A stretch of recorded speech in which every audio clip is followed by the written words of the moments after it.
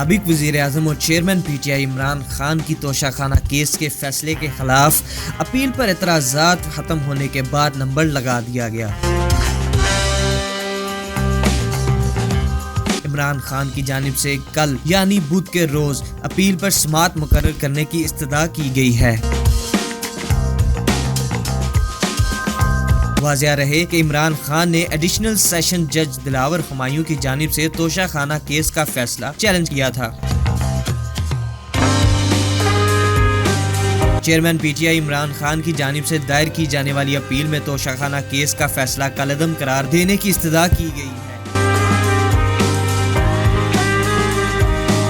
درخواست میں اپیل کے حتمی فیصلے تک توشہ خانہ کیس کا فیصلہ معطل کرنے اور درخواست گزار یعنی عمران خان کو ضمانت پر رہائی دینے کی بھی استدعا کی گئی ہے۔